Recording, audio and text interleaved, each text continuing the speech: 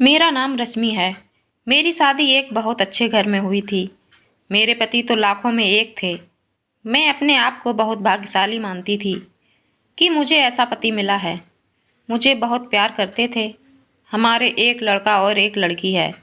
हमारी शादी को करीब 16 साल हो गए थे। हर खुशी मुझे उन्होंने दी। मैं भगवान से अपने लिए इससे अच्छा पति नहीं मांग सकती थी। मेरी लड़की 14 साल की है और लड़का 10 साल का है। पति का कारोबार भी बहुत अच्छा चल रहा है। हमारी कपड़ों की दुकान है जिससे अच्छी खासी कमाई हो जाती है। मुझे जीवन से कोई शिकायत नहीं थी, लेकिन फिर उसके बाद जो हुआ मैंने सपने में भी नहीं सोचा था। मेरे पति एक दिन मुझसे कहते हैं कि उन्हें किसी से प्यार है और वो उससे शादी करना चाहते हैं। एक दिन अचानक ही यह बात उन्होंने मुझे बताई।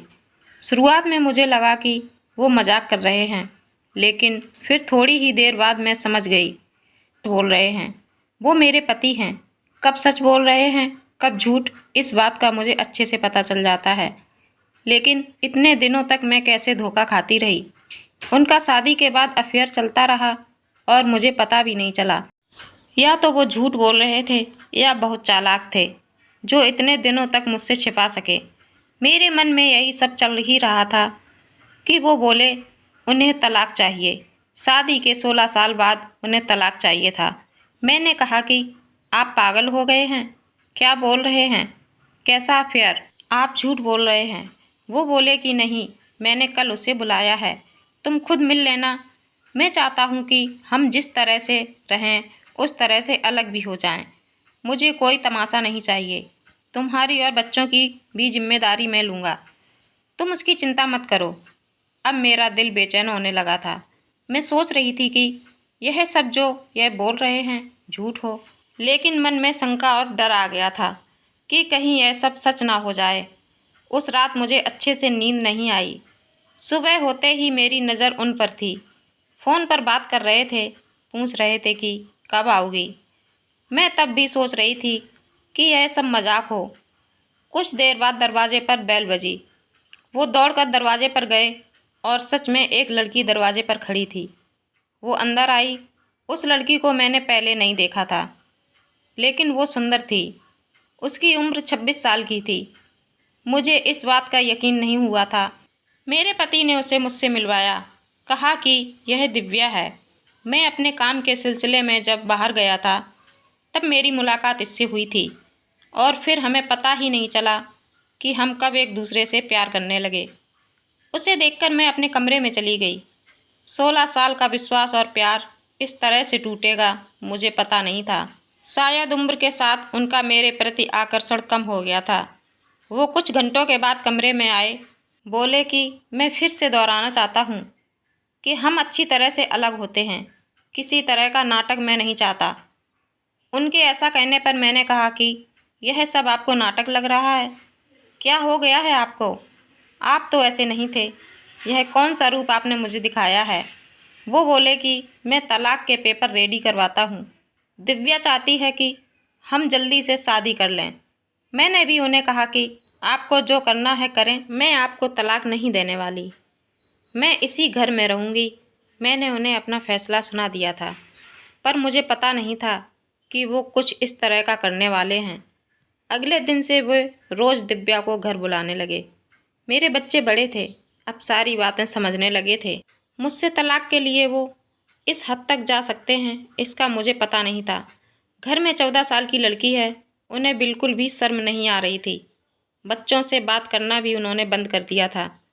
बच्चे भी उनके पापा का यह रूप देखकर दुखी थे। एक दिन वो दिव्या के साथ हॉल में बैठे थे। हमारी लड़की से उन्होंने पानी मंगवाया। पानी लेकर वो गई और गलती से पानी दिव्या के ऊपर गिर गया। मेरे पति ने उस दिन हद कर दी। वो दिव्या के लिए मेरी लड़की पर हाथ उठाने वाले थे। मैंने उन्हें यह करता देख लिया और वहीं से उन्हें ज़ोर से कहा, यह क्या कर रहे हो आप? पागल हो गए हो क्या? मैं जानती हूँ तुम यह सब क्यों कर रहे हो, तलाक के लिए। ठीक है, अब तुम इस हद तक जा रहे हो तो फिर मैं तुम्हें तलाक दे देती हूँ। उसी समय मैंने अपना और बच्चों का सामान बांधा और अपने घर चली गई। एक ही दिन में इतना कैसे बदल सकता है जो अपनी पत्नी और बच्चों पर जान छिड़कता था। अब वो उन्हें देखना भी पसंद नहीं कर रहा है। मैं अपने घर पर थी, उनको फ़ोन आया, कहा कि मैं तुम्हारी और तुम्हारे बच्चों की जिम्मेदारी अभी भी उठाऊंगा। कुछ भी ज़रूरत हो तुम मुझे फ़ोन कर सकती हो, मैं पैसे भिजवाता रहूँगा। मैंने कहा कि मुझे तुम्हारे पैसों की कोई ज़रूरत नहीं है। इसी के दम पर तुमने उस लड़की को इम्प्रेस किया है। मैं अपने बच्चों को संभाल सकती हूँ। उम्र के इस पड़ाव पर आकर इतनी अच्छी लाइफ जीने के बाद मुझे फिर काम करना पड़ेगा, इसका मुझे अंदाज़ा नहीं था। ज़िंदगी कब आपको उठा कर पटक देती है, इसका आप अंदाज़ा भी नहीं लगा सकते। मुझे भी इतने सालों तक उनके साथ रहने के बाद कपड़े का अच्छा अनुभव हो चुका था, इसलिए मैं भी अपने घर से कपड़े का काम शुरू करना चाहती थी। मैं उस इंसान के पैसा नहीं लेना चाहती थी। उनका फ़ोन मुझे आता रहता, बोलते कि तुम मुझसे पैसे ले सकती हो, नया काम शुरू करना है तो मैं भी पैसे दे दूँगा। लेकिन मैं नहीं मानी। मैंने कहा कि आप हमारी नहीं, तलाक की चिंता करो। समय निकलता गया, मैंने अपने बल पर थोड़ा कुछ काम शुरू किया, लेकिन हमारे घरवाले मुझे सपोर्ट कर रहे थे। कुछ समय के लिए उनका फ़ोन आना बंद हो गया। मैंने इस बात पर ध्यान भी नहीं दिया। मैं अब उनसे बात भी नहीं करना चाहती थी। तलाक में अभी कुछ समय था। मैंने उन्हें कहा था कि जब भी आप बोलोगे मैं आ जाऊंगी, जहां साइन करना है कर दूंगी। मैंने अपने काम पर ध्यान देना शुरू कर दिया। मुझे कुछ माल खरीदने के लिए बाहर जाना था। इतने दिन उनके साथ रहने पर मुझे यह पता था कि क्या खरीदना और कहाँ से खरीदना है। उनका यह अनुभव मेरे काम आया। मैं उस शहर में माल खरीदने के लिए गई। मैं वहाँ पहुँचकर उस दुकान से माल खरीद ही रही थी कि मुझे वहाँ दिव्या दिखाई दी। वो वहाँ किसी और के साथ थी, हाथ पकड़े हुए। मुझे देख के साफ पता चल गया था कि अब वो इस लड़के के साथ है। मन ही मन मुझे खुशी हुई कि आखिर मेरे पति ने धोखा खाया। उन्होंने इस लड़की के लिए हमें छोड़ा था, जो कि अब किसी और के साथ है। फिर मैंने मन में सोचा कि अब किसी और को मैं धोखा नहीं खाने दूंगी, इसलिए मैंने उनका पीछा किया। वो एक ओपन रेस्टोरेंट में चले गए। मैं जाकर उन दोनों के सामने बैठ गई। मुझे देखकर उसके होश उड़ गए। वो उठकर जाना चाहती थी, लेकिन मैंने उसका हाथ पकड़ा। मैंने उस लड़की का सच लड़के को बताना शुरू किया। मैंने सोचा था कि मैं उसे सच बताकर उसकी आंखें खोल दूंगी, लेकिन कुछ और ही हुआ। उसने जो मुझे बताया उससे मेरे पैरों तले ज़मीन निकल गई। मैं वहाँ से भागते हुए कैसे भी अपने पति के पास जाना चाहती थी। मैं उनके घर गई। वहाँ नौकर ने मुझे बताया कि वो अभी एक अस्पताल में हैं। अस्पताल उनके घर से ज़्यादा दूर नहीं था, बड़ा अस्पताल था। मैं वहाँ गई। रिसेप्शन पर उनका नाम बताकर मुझे उनके कमरे का नंबर पता चला। मैं कमरे में गई। वहाँ उनका दोस्त था। उन्होंने अपनी आंखें बंद कर रखी थीं। मैंने उनके हाथ पर हाथ रखा तो उन्होंने आंखें खोली। मेरी आंखों से आंसू रुक नहीं रहे थे। मैंने कहा कि क्या ज़रूरत थी यह सब नाटक करने की?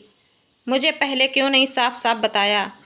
मेरे पति एक गंभीर बीमारी से जूझ रहे थे। वो हमारी ज़िंदगी से दूर जाना चाहते थे, ताकि उन्हें कुछ हो जाए तो हम ज़्यादा दुखी ना हों।